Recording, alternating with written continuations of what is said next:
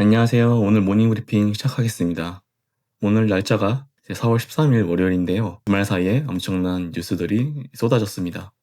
한마디로 정리를 해드리면 협상은 결렬이 됐고 봉쇄는 다시 선언이 됐고 그런데도 비트코인은 7만대를 아직 지키고 있다.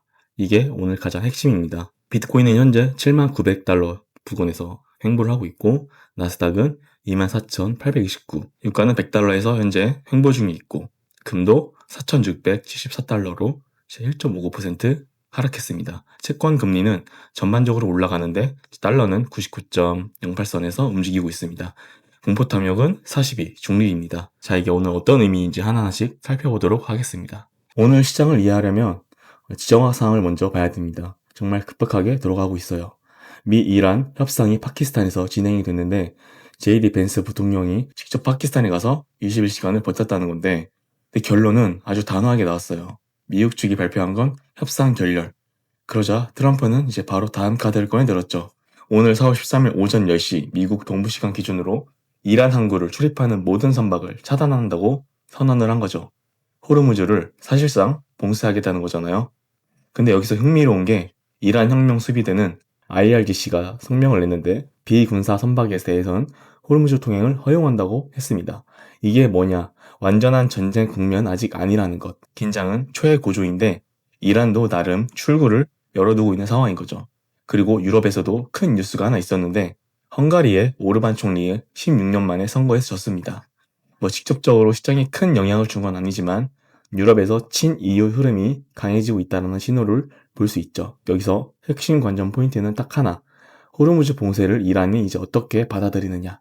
이게 오늘 이번 주 전체 시장 방향성을 결정하는 중요한 변수 중 하나입니다. 자, 이제 매크로 시장 하나씩 살펴보겠습니다. 나스닥은 지난주 제가 체크한 포인트를 보면 이 별표한 부분 있죠. 여기를 뚫지 못하고 다시 이제 이 박스권 내에서 움직이고 있는 상황입니다. 그럼 오늘 저녁 미장 본장이 열릴 때 어떤 흐름으로 다시 가는지 우리가 지켜봐야겠죠. 다시 리테스트를 하고 올릴지 아니면 여기서 시간을 끌면서 기간 조정으로 갈지 아니면 다시 한번 돌파를 시도할지 그런 기준에 따라서 이제 우리가 다음 어떤 액션을 취해야 될지 결정을 해야 되겠습니다. 코스피로 보면 제가 지난주에 말씀드린 대로 수렴을 이어가고 있고 아직 이 부근 안에서 움직이고 있다 보니까 특별하게 뭔가 더 볼 건 없습니다. 기보유자들은 여기서 이제 리스크 관리를 해야 되겠고 신규 진입자들은 올라가서 리테스트를 해주는지 또는 내려와서 지지를 받아주는지 이 두 개만 체크하면 되겠죠. 이번 주에는 배당금 지급 그리고 방향 돌파 여부 이 두 개의 포인트를 집중해서 보시면 되겠습니다. 상방은 6,200을 다시 목표를 하고 있고 하방은 이제 5,200 다시 지지를 하는지가 가장 중요합니다. 다행인 거는 외국인 기관 매수 유지가 지속이 되고 있다는 점이죠. 유가를 보면은 현재 쌍봉을 이루고 다시 한번 상승 추세선을 유지하고 있는 상황입니다. 하지만 여기서 쉽게 다시 깨고 내려가기보다는 오늘 이 갭 상승을 띄었기 때문에 다시 한번 이 상승의 추세선 상단을 돌파 시도하러 갈 것이라고 좀 보고 있는데 그렇게 되면 쐐기형으로 갈 수 있거든요. 패턴이 이제 쐐기형으로 간 다음에 고점을 다시 한번 높일지 고점에서 다시 한번 저항 막힐지 그 부분까지 우리가 고려를 하면서 이제 유가를 보는 게 안전합니다. 기술적 분석으로는 그렇게 보면 되고 같이 거시적으로 흐름을 어떻게 흐르는지도 계속해서 팔로우업 해 나가면 되겠죠. 금 같은 경우는 현재 플래그 형태로 가고 있는데 제가 말씀드린 4,900 이 구간을 넘기지 못한다면 큰 하락이 나올 수 있는 구간이 되기 때문에 여기서 어떤 프라이스 액션이 나오는지 우리가 체크를 잘 해야 되겠습니다. 채권 금리를 보면은 전반적으로 많이 올랐어요. 협상이 결렬이 되고 전쟁 장기화 우려가 되고 유가는 고공행진을 하고 인플레이션 재점화 우려가 되면서 금리 인하 기대 후퇴 채권 금리 상승 이 흐름이 연결이 된 건데 30년물이 거의 5%에 육박하고 있다는 건 재정 건전성에 대한 우려가 반영이 되고 있다는 겁니다. 달러 인덱스는 현재 99.085, 0.39% 올랐습니다. 오늘 갭 상승을 하면서 상승을 다시 이어갈지 이 하락 추세선을 다시 리테스트할지 그 부근 상황에 처해져 있습니다. 내려간다면 비트코인이 아주 우호적이겠지만 올라간다면 다시 한번 비트코인에 좋지 않은 상황으로 치닫을 수 있습니다. 자, 그러면 이제 비트코인 온체인 쪽 살펴볼게요. 가장 중요한 온체인인데 현재 오전 기준으로 가격이 하락은 하는데 미체결은 하락을 하고 있습니다. 이걸 전 뭐라고 보고 있냐면 숏 세력들이 익절하고 있다 라고 좀 보고 있습니다. 그러면서 동시에 롱도 같이 손절이 나가고 있는 상황. 하지만 이거는 단기 반등을 만들어줄 수 있지만 새로운 매수 유입세가 들어오고 있다고 보긴 어려워요. 진짜 상승으로 갈 것인지 여부는 계속해서 우리가 봐야 된다. 이 하락에 대해서는 우리가 그렇게 공포를 느낄 만한 그런 하락은 아니다 라고 우리가 보면 되겠습니다. 온체인 쪽 보면은 공포 탐욕 지수는 42로 많이 올라온 상태죠. 그리고 코인베이스 프리미엄도 이제 많이 올라왔습니다. 제가 그때 체크한 이 저항선 있죠. 이 저항선을 돌파하고 계속 올라가고 있는 추세. 미국 기관 매수 복귀 신호가 긍정적으로 흘러가고 있다는 것을 우리가 알 수 있습니다.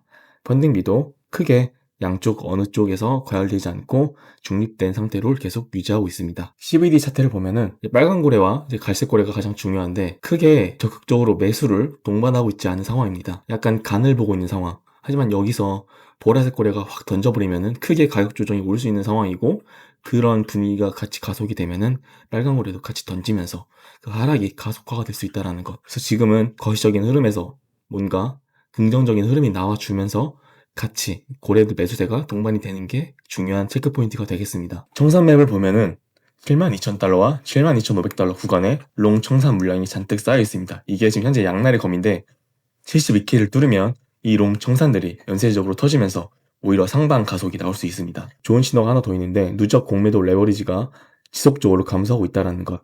매도 에너지가 소진이 되고 있다는 거죠.